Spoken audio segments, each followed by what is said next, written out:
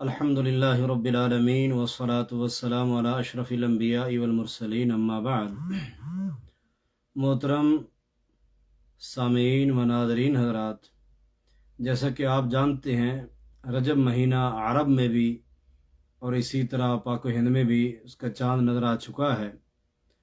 2-4 دنوں سے ایک پوسٹ بڑی گردش کر رہی ہے اور سوال بڑی کثرت سے کیا جا رہا ہے کہ رجب مہینے کی مبارکباد دینا اور اس کے متعلق جو دعا ہے کہ اللہم بارک لنا فی رجب و شعبان الی آخرہ، یہ دعا کس حد تک ٹھیک ہے، مبارکباد دینا چاہیے یا نہیں دینا چاہیے، اور اسی طرح رجب کے اندر بحیثیت مسلمان ہمیں اور کیا کیا کرنا چاہیے۔ سب سے پہلی بات، رجب مہینے کے بارے میں یہ جو دعا پڑھی جاتی ہے یہ کسی صحیح سند سے ثابت نہیں ہے۔ اللہم بارک لنا فی رجب و شعبان کسی صحیح سند سے، بعض کتابوں میں یہ موجود ہے لیکن صحیح سند کے ساتھ موجود نہیں۔ اگر مان بھی لیا جائے کہ یہ دعا پڑھنی چاہیے تو اس کے اندر آپ غور کریں لفظوں پر، اللہم بارک لنا، ٹھیک ہے نا، برکت کی دعا کی گئی ہے، نہ کہ یہ کہا گیا ہے کہ آپ جو ہی چاند نظر آؤ تو مبارکباد دینا شروع کر دو۔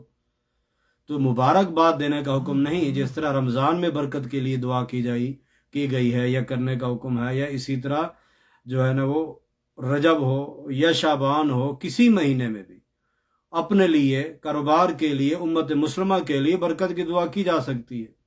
باقی یہ مبارکباد دینا، اسے مسنون سمجھنا اور اسے باعث اجر و ثواب سمجھنا، یہ بات غلط ہے۔ آئیے آگے چلتے ہیں۔ رجب مہینے کے اندر جو صحیح بات ہے اس کی فضیلت کے بارے میں، اس کی صرف ایک فضیلت ہے جو قرآن مجید میں بھی اور حدیث میں بھی موجود ہے۔ وہ قرآن مجید میں جو آیت ہے کہ ان عدت الشہور عند اللہ 12 شہرا فی کتاب اللہ، یہ سورۃ توبہ کے اندر آیت موجود ہے۔ یہ آیت کہ اللہ تعالیٰ کے ہاں مہینوں کی تعداد جو ہے وہ 12 ہے۔ اب ان 12 میں سے اللہ تعالیٰ نے 4 کو علیحدہ کیا۔ آگے اسی آیت کے اندر آگے یہ لفظ موجود ہے کہ منہا 4 حرم، 4 حرمت والے مہینے۔ وہ 4 حرمت والے کون سے مہینے ہیں؟ وہ حدیث کے اندر موجود ہے کہ 3 متوالیات، 3 مسلسل اکٹھے، یعنی وہ ذوالقعدہ، ذوالحج اور محرم، اور چوتھا جو ہے وہ رجب ہے۔ لہذا رجب کا مہینہ حرمت والا ہے، قرآن و حدیث سے ثابت ہے، بس اتنا۔ یعنی اس مہینے میں جنگ و جدال، فتنہ فساد، یہ چیزیں حرام ہیں، اللہ تعالیٰ نے اس وقت حرام کر دی تھی۔ ان میں اپنے جسم پر، اپنے اوپر بھی ظلم کرنا حرام۔ اب اس کے علاوہ کچھ ہمارے معاشرے میں عجیب سے کام ہوتے ہیں۔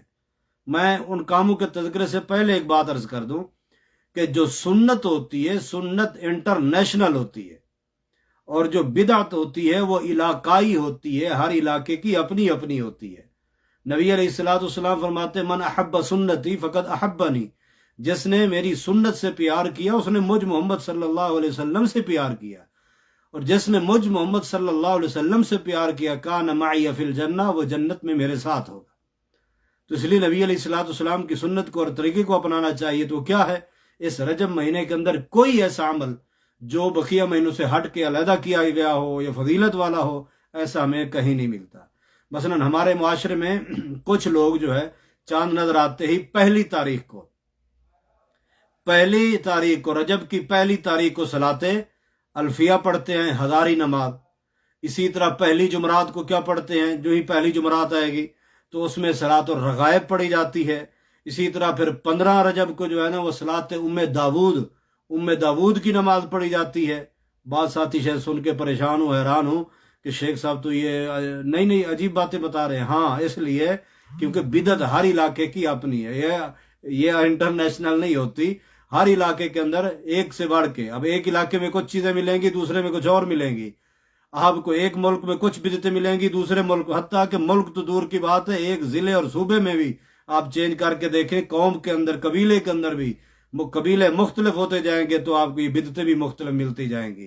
تو یہ رسوم و رواج اور یہ بدعات ہر علاقے کے اپنے اپنی مختلف انداز میں ہیں۔ تو اسی طرح اس رجب مہینے میں یہ عجیب عجیب کام کیے جاتے ہیں جو قرآن و سنت سے کوسود ہو رہا ہے، ان کا کوئی تعلق نہیں، یہ بدعات ہے، خرافات ہیں۔